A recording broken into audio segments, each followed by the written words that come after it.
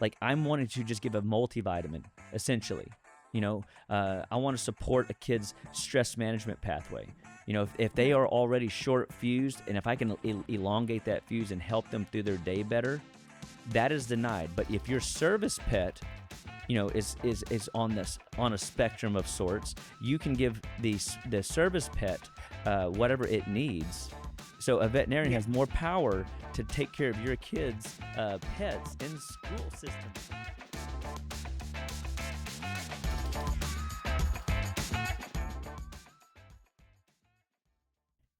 Hey there. Hey guys, I'm so excited that you guys have tuned in to the Dr. Chapa Wellness Show. We are going big today with Miss Carrie Bigford from Texas for Vaccine Choice.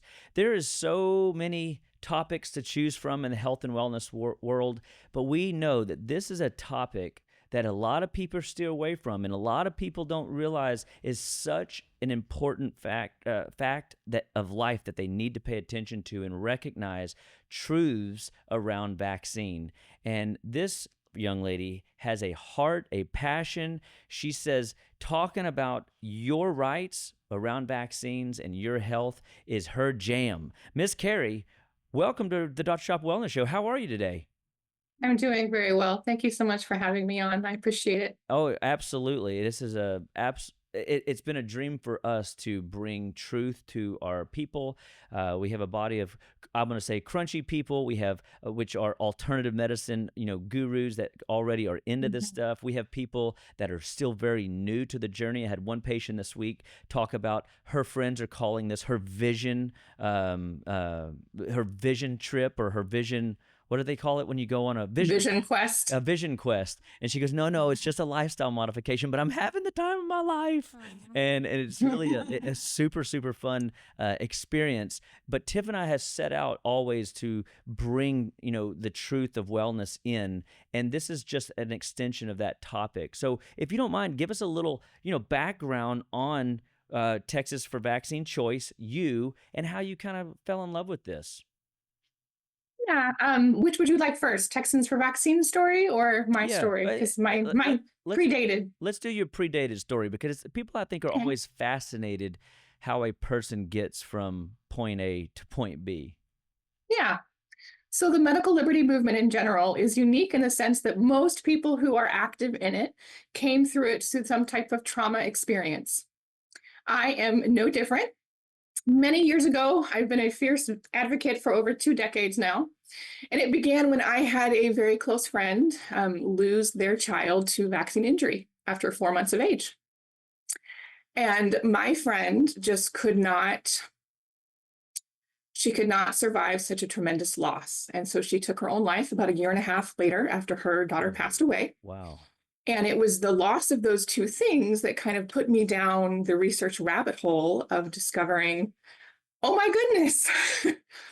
And that really is what started my journey of advocacy. I have been a vocal advocate for over 20 years in multiple states. I started in California, then shifted to Colorado, and now here I am in Texas. So when I moved to Texas, one of the reasons I chose Texas, first of all, was Texans for Vaccine Choice, because Texans for Vaccine Choice has been a fantastically effective organization legislatively. And they were founded in 2015 when 3 moms got together when there was a bill proposed to take away all exemption rights for the school-age children of Texas. These 3 moms got together and said, no, we're not going to let you do that. It's interesting. So they formed. And what year was that? You said that was 2015? 2015. We're going to have our 10 years of fighting tyranny birthday this year. Oh, well, praise God for that. And here's the reality is I bet you people just don't even know that their rights are getting sucked right out of their hands, and they have no idea. Like if somebody came and broke in my house, I'd be upset. But they're stealing our freedom, and we have no idea that they're even doing that. And can I ask, who is they? Like who are these people that would do such a thing and remove these types of freedoms from people, and why? Because if I don't know it's important to me, why would they take it from me? Well, that's a very loaded question. And they is a conglomeration of people composed of federal government, health agencies, as well as federal government workers. And also the pharmaceutical industrial complex at large has a very vested interest in vaccines in particular, because they are a for-profit product that has zero liability for manufacturers and administrators. And that doesn't exist anywhere else ever.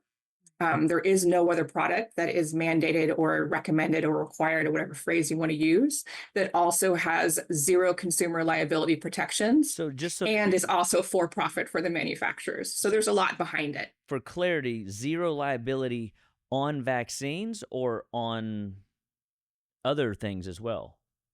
On vaccines. Yeah. So on vaccines, there are two main legal apparatuses that cover the liability shielding around vaccines. I can get into that if you want, or I can finish talking about the origin of I think we TFEC. should. I think we should, because it just brings up like, forgive me, my curiosity and Tiffany's, Yeah. curiosity is such that like this is a important topic. I mean, we're trying to essentially advocate for the people that don't get to talk to you Right. personally, right? So yeah, continue on, but I think we should kind of hit that and see where that goes as well.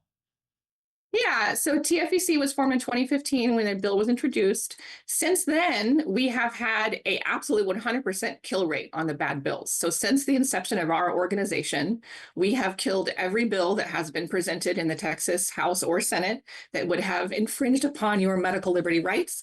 We have also passed numerous bills. Last legislative session alone, we passed 5 protective bills, 4 in regular session and 1 in special session.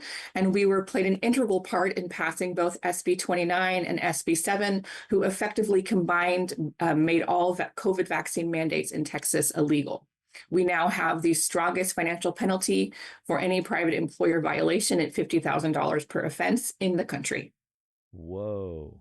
That's amazing. I think we can just go hoot, holler. I mean, celebrate 10 And years and beyond. We That's also amazing. passed HB 44 last regular session, which was a vaccine status discrimination bill. One of the targeted populations is the Medicaid CHIP population, the lower income tier of humanity that is dependent upon state provided medical care for all of their needs. They were struggling to find providers because if they even wanted to delay or decline one vaccine on the schedule, like let's say they wanted to push it out 6 months, they couldn't find a doctor who would be willing to see them unless they did it on schedule and every vaccine. Oh, So we yes. actually had to pass a law, and that law is HB 44. I had a patient 2 weeks ago come in, and they were going to see a pediatrician, and his question to me was, what might they ask me, or what can I expect when I tell them I don't want to do the vaccine? And because he goes, I had heard that they would call CPS on me if I deny it. And you're saying is that something that y'all have been able to squash? So even before the passage of HB 44, we had been able to pass. I mean, we've been doing this 10 years. 10 years of fighting tyranny. Yeah. So we have 10 years of things that we've pushed through. And sometimes we have to do incremental changes, right? So what you're talking about there is a reportable offense. And so in Texas, choosing to delay or decline one or more vaccinations, or choosing to decline all vaccinations, is not a CPS reportable offense. It is not cause for someone to report you. Does that mean that they won't try? No, but it does mean that CPS is less likely to investigate a claim. The most common loophole they find is medical neglect. We did a whole podcast on that, what to do if that happens. But basically, the short version of that is if you see a medical provider at least once a year, that completely squashes any medical neglect claim that anyone could file against you, because that's usually what happens. Yeah, I want to make a note to have you send that to us, and we'll put it in the description below for people to go and check that out later. Because I mean, again, education's power, right? Knowledge is power. And so is it important that like I know what HB 44 is or SB 29 or 7 is? It's important if you're working with people in the community, because those are part of their legal rights. And still, there are doctors still that we're going to enforce HB 44 with, because they try and coerce or force patients to comply to an arbitrary vaccine schedule that maybe they have questions about. And so HB 44 is important to be aware of. We do report all violators for laws. One of the big buttons on our home screen of our website is report vaccine status discrimination. So if you find someone in violation of SB 29, meaning they're trying to enforce a mask or a COVID mandate in a publicly funded space, let us know. We'll go get them. If they're violating SB 7, which is a private employer COVID mandate law, banning that, let us know. We'll go get them. HB 44 is a violation of vaccine status discrimination. So if you know anyone who's a Medicaid or CHIP patient who is being discriminated against or denied medical care based on vaccination status, let us know and we'll go get them. Whoa. I think that right there is just solid data. And I mean, I know that for me, even as a healthcare provider, I mean, I'm in the trenches doing my thing. My wife's in the home doing her thing. And sometimes these things, these laws, we don't really understand these big words, but you just simply made that very easy for people to grasp hold of. If you don't mind, I have a couple questions for you, but Sure. maybe if you could just start with what we kind of tinkered with there with the zero liability vaccine world. Yeah. What is the what is that all about? Like how could they get away with not being held liable for their actions? Yeah. I mean, obviously, I have to go to a board and report every year that I take classes, and I take sex ed classes, and I take coding Yep. classes and insurance classes. Where are their classes? You know what I mean? Where are their CEUs? Yeah. They're special. Yeah. They have exempt. Yeah, they're special. So it goes back to the 70s and the very early 80s when vaccines were kind of coming into their heyday. And there was a vaccine called DTP, which was diphtheria, tetanus, and pertussis. And that now is DTaP or Tdap. They've changed that a little bit, partly because of what happened. So there were a lot of people who were having very serious adverse events to DTP in particular. And in the 70s and early 80s, the pharmaceutical manufacturers had liability for vaccines, the same as they do all of their other pharmaceutical products that they create. And so they were getting killed hand over fist in these lawsuits and losing millions of dollars to these injured people. And so they went to Reagan, who was the president at the time, President Ronald Reagan, and they said, hey, we're going to stop making these vaccines because they're costing us too much money and we can't make them safe. Like we can't stop people from reacting to them. We're going to stop making them, or you need to give us liability protection. And so Reagan signed something that was presented by Congress called the National Childhood Vaccine Injury Act of 1986, or the NCVIA, as I call it for short, that gave manufacturers and administrators basically the entire chain of command in the vaccine production, manufacturing, and the administration. So the person who gives you the vaccine is the vaccine administrator. Every single person in that process, except you, the vaccine recipient, are completely protected from legal and physical harms. Okay? So the NCVA of 1986 made it so that you, the vaccine recipient, owns 100% of the legal and physical risk involved in the vaccination process. Congress declared vaccines to be unavoidably unsafe. And so Congress created through the NCVIA a couple different things to help, soften the blow of this massive consumer safety failure, right? So they had to do something called VAERS, which is the Vaccine Adverse Event Reporting System, which is where it's a passive surveillance system, so no one's required to report. There's a huge issue with underreporting, but that's supposed to track the pharmacovigilance, the surveillance when it's in the bodies of people. They also created the VICP, which is the Vaccine Injury Compensation Program, which is an out-of-court special master run program. And the only way for injured people to try and seek compensation, you sue the government. There is no involvement of the manufacturers at all. So the NCVIA put you, the vaccine recipient, as the sole guarantor of all legal and physical risk that is inherent in the vaccination process. Wow. So I mean, what I heard just there, you said Congress declared vaccines are unsafe in the 1970s, 1986. Now we know they're unsafe, but yet somehow this bill got put through that Ronald Reagan signed that put it all on me as a parent whether or not I want to vaccinate my kid, and it's on me no matter what happens. Yes. So, guys, this is what Tiff and I've been teaching for years, that it's your life, it's your health, it's your choice. And and it is. This is one of those where ignorance is not bliss, right? I mean, ignorance will Yeah. cost you, as you just described a moment ago, big loss twice. You know, loss of your friend's daughter and the loss of your friend over Yes. what she couldn't control. And now here you are, a hero in the trenches, by the way. And Carrie, seriously, I love your name because you are making such a massive shift in how I almost want to call you Carrie Bigford. Uh, You know what? You would not be the first, for and that real? would be okay. Oh, Yeah. okay, man. I was hoping to be the first. I'm telling you. But because you have, I mean, seriously, guys, I want y'all to really grasp hold of what she's sharing. This is a real story that shifted her world to go and fight in the trenches, in the shadows. When you're sleeping, her team is fighting for you guys. And my hat's off. If I had a hat right now, it'd be hats off. And So there's more to it also. let's do it. Dive in. There are multiple pillars.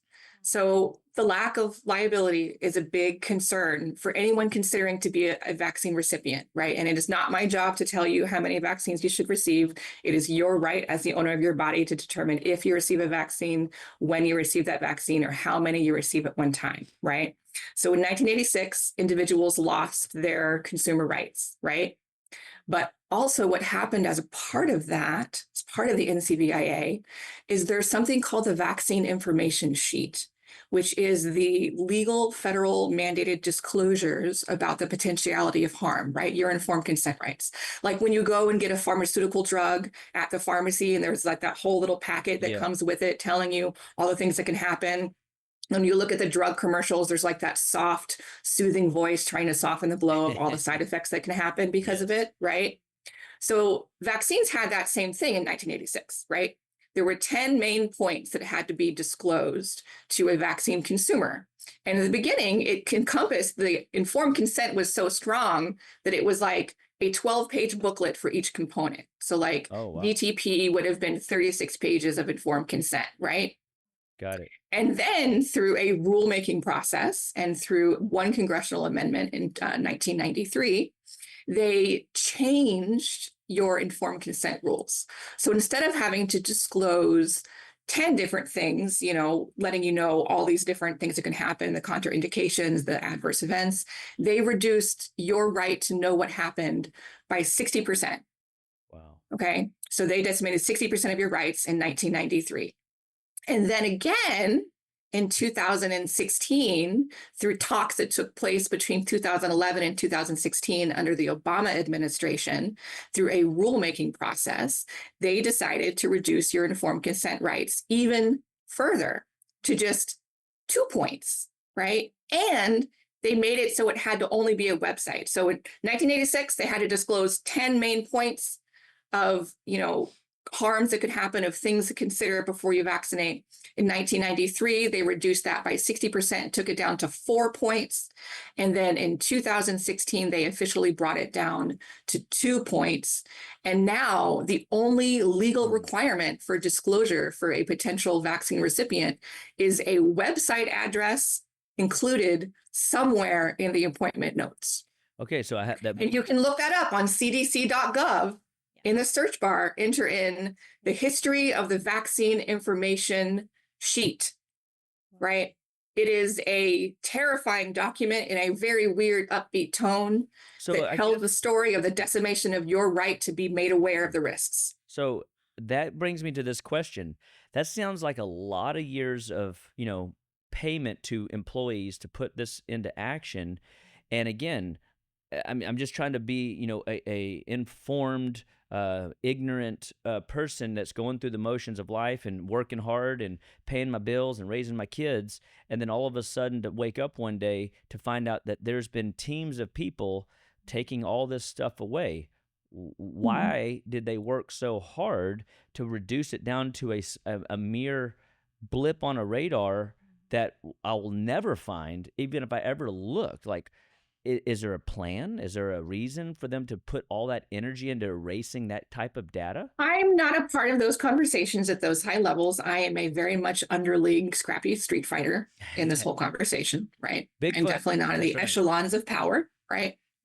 However, I have sat in, because again, long-term advocate, multiple different states. I'm very happy and grateful to be in Texas, but I was not always in Texas. And I have sat in informed consent bill hearings in other states. And I have heard public health officials use the argument that if they provide informed consent, full informed consent, that too many people will decline vaccines and the program will crumble. Well, but that's the So whole point. Is I have heard that said. 1970s and 1986, you said that they proved and declared them to be unsafe. And so, like, how much, like, essentially, the people today, even that are fighting to keep these things, probably don't even realize that the very thing was declared unsafe for human. Yeah, Congress ruled them unavoidably unsafe, which means they cannot create them to a point where there won't be injuries, right? Just like all other pharmaceutical drugs. Well, There that's is no pharmaceutical drug, no matter how amazing it is, that is 100% safe for 100% of the population 100% of the time. Vaccines are no different. when I think there's autism seems to be this conversation, and there's other, neurological degeneration that happens, but I don't think people realize that vaccine injury was happening in the 70s or 80s or beyond that. Yeah, it was a small percentage of people whose lives were devastated because of it. And so they were able to go and seek recompense through the courts. And then once the NCVIA passed, the schedule exploded, right? So the schedule back in 1986, before the passage, 1984, let's say, was like 23 vaccines from birth to 18, right? Mhm. And then starting in the 90s, when the NCBIA was in full swing and pharma had some time to develop more products, they began to add even more to where now it's like I was born, very beginning of the 1980s, right? I'm in my mid 40s now. And so I got, somewhere around that 1980 something schedule. My children are expected to get 81 vaccines by the time they reach 18. The children now receive more vaccines in their first year of life than I have received, or likely you have received if you were vaccinated on schedule Which in is your entire approximately life. 32, isn't it? Hmm? It's 32 vaccines by the end of the first 2 years. Yes, by the first year. Yeah. So, And by the time they enter kindergarten, they're well into the 50s. and I've heard many different speakers talk about this, that essentially Mm-hmm. that creates a patient of the medical system for life, because you're Absolutely. bypassing God's natural buffering systems and injecting poisons. And but so what is it about the vaccines that are what is causing the injury? Do you have any input on that? Again, I'm not a medical provider. I wasn't there to do that research. I've done a lot of my own research. I will say that I think a heavily contributing factor to the injuries is the different classification and testing standards for vaccines versus pharmaceutical drugs. Most people, when they think of drug testing, or they think of medical testing, they think of pharmaceutical drug testing. They think of our gold standard, double-blind, longitudinal, which means long-lasting, highly powered, randomized controlled trial testing, right? Some of the best in the world is our pharmaceutical drug testing in the United States of America.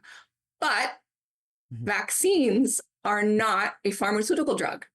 They are classified, regulated by the FDA as a biologic.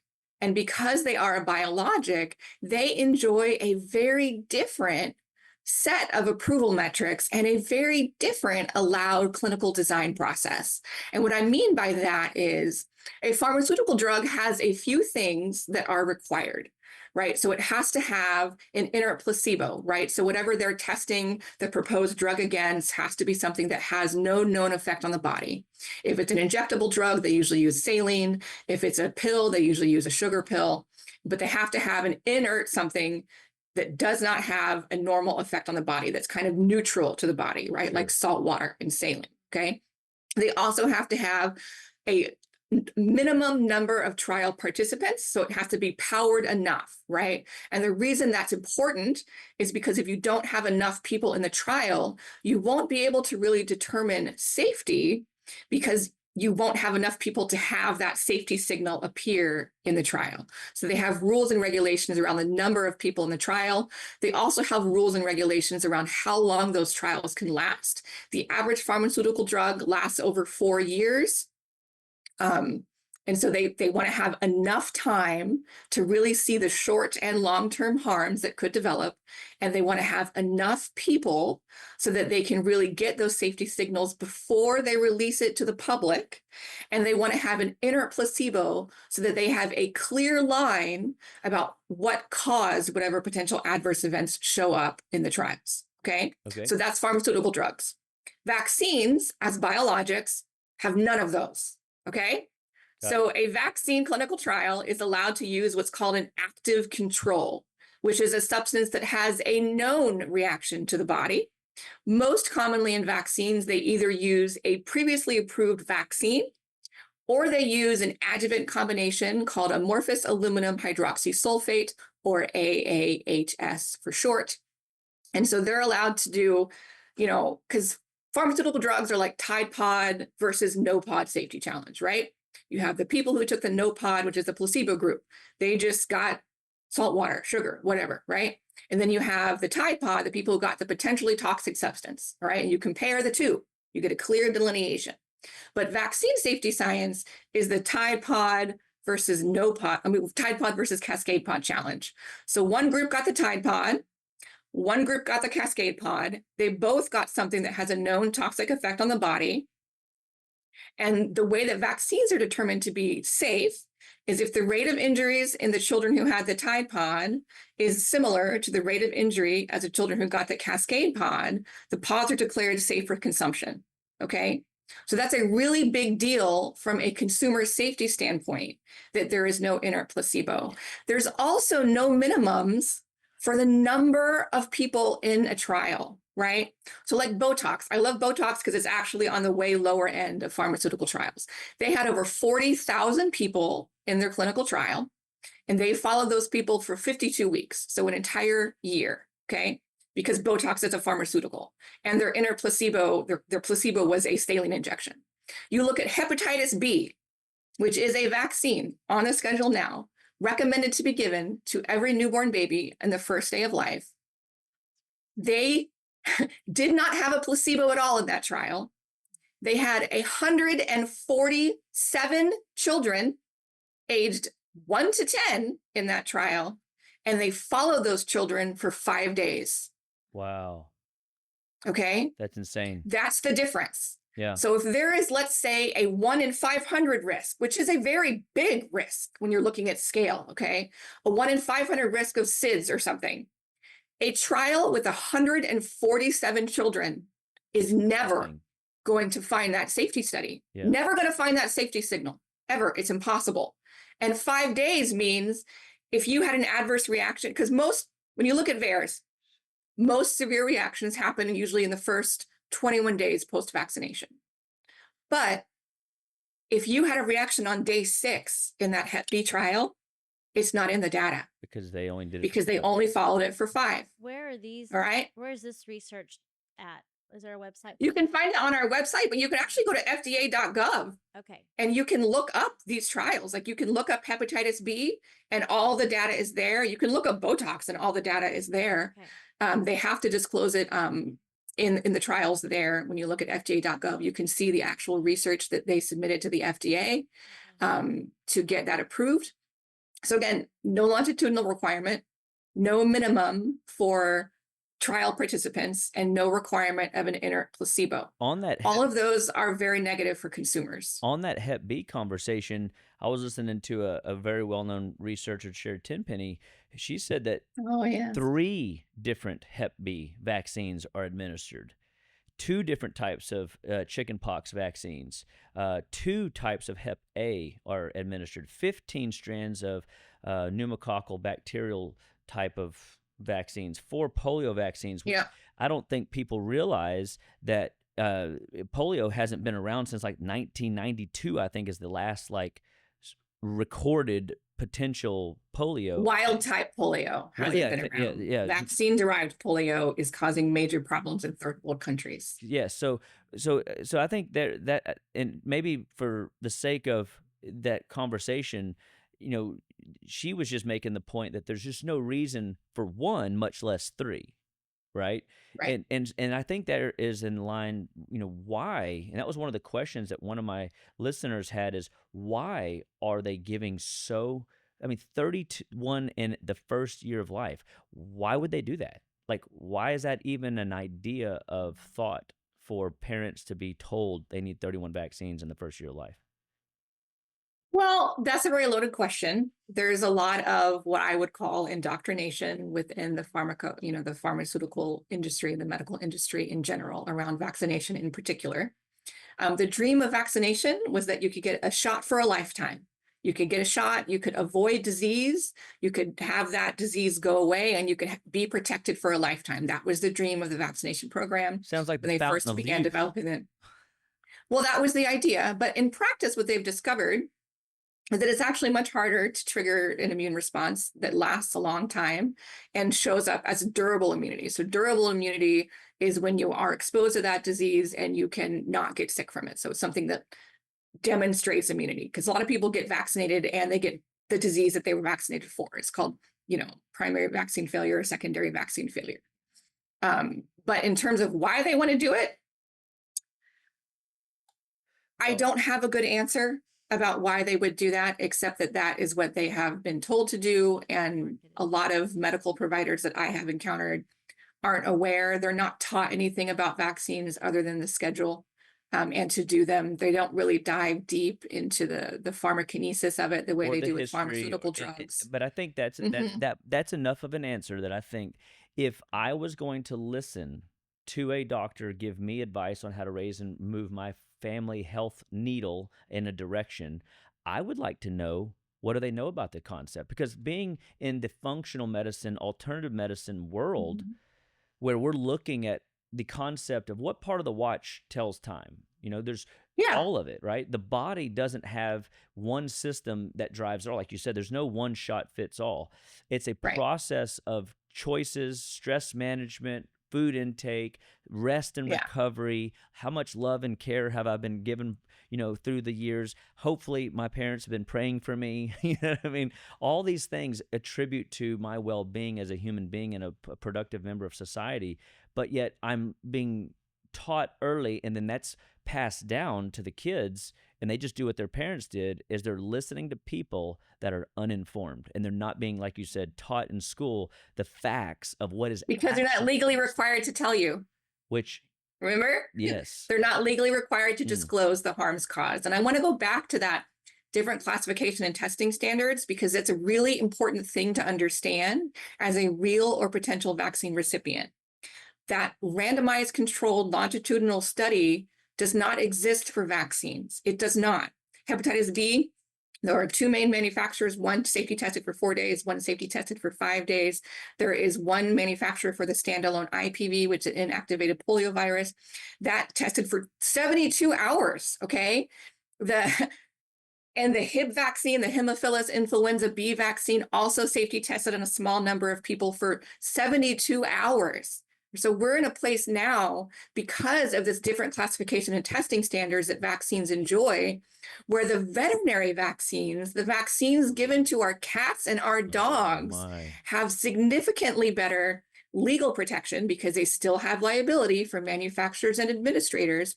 And because of that liability, they actually have stricter safety and testing standards than the vaccines recommended for your children. Okay, so the veterinary vaccine rules are you have to use an inner placebo and you have to have continuous monitoring for at least 21 days. Now, that seems like really short, right? 21 days is nothing compared to 4 years for a pharmaceutical drug, but it's way better than the 5 days for a vaccine trial or the 3 days for a different vaccine trial. Well, it's We are literally living in a world where the vaccines that are given to our pets have better liability and consumer protections and better licensing and approval standards and safety metrics than the ones recommended for our children. so Cannot stress that check enough. that- It's a huge problem for vaccine check this out. recipients. I was denied offering vitamins and necessary nutrient support for ADD kids in a school system, the public school system, but yet, watch this, a veterinarian can write a script for an animal to take medications in a school if it is a service pet.